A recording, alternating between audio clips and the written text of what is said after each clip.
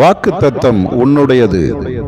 நாம் வாழ்கிற இந்த காலத்தில் எங்கு பார்த்தாலும் பிரிவினைகள், போராட்டங்கள், குழுக்களாக பிரிந்திருப்பது போன்றவை காணப்படுகிறது.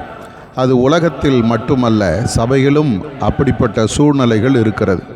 போதகருக்கு என்று ஒரு கூட்டம் நிற்கும், போதகருக்கு எதிரான ஒரு கூட்டம் நிற்கும், பேராயருக்கு ஆதரவாக ஒரு கூட்டமும் எதிராக ஒரு கூட்டமும் நிற்கும்.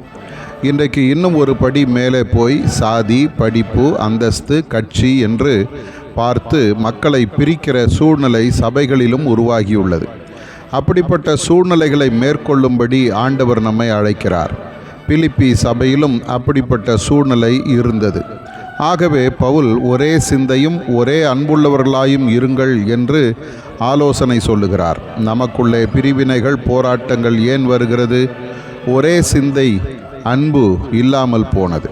ஆகவே என் மூலமாக ஆண்டவருடைய நாமம் தூஷிக்கப்படக்கூடாது என்ற ஒரு அடிப்படை வாஞ்சை நம் எல்லாருக்கும் இருக்க வேண்டும். ஆகவே உனக்குள்ளே இருக்கிற பிரிவினைகளையும், பேதங்களையும், கோபங்களையும் ஒழித்துவிட்டு ஒரே மனம் உள்ளவர்களாய் ஆண்டவரையே நாம் பற்றி நிற்போம். நம் வாழ்விலும் திருச்சபையிலும் ஆண்டவர் அற்புதங்களையும் அதிசயங்களையும் செய்ய வல்லவராய் இருக்கிறார். ஒரு மனம் எங்கே உண்டோ அங்கே விடுதலையும் உண்டு.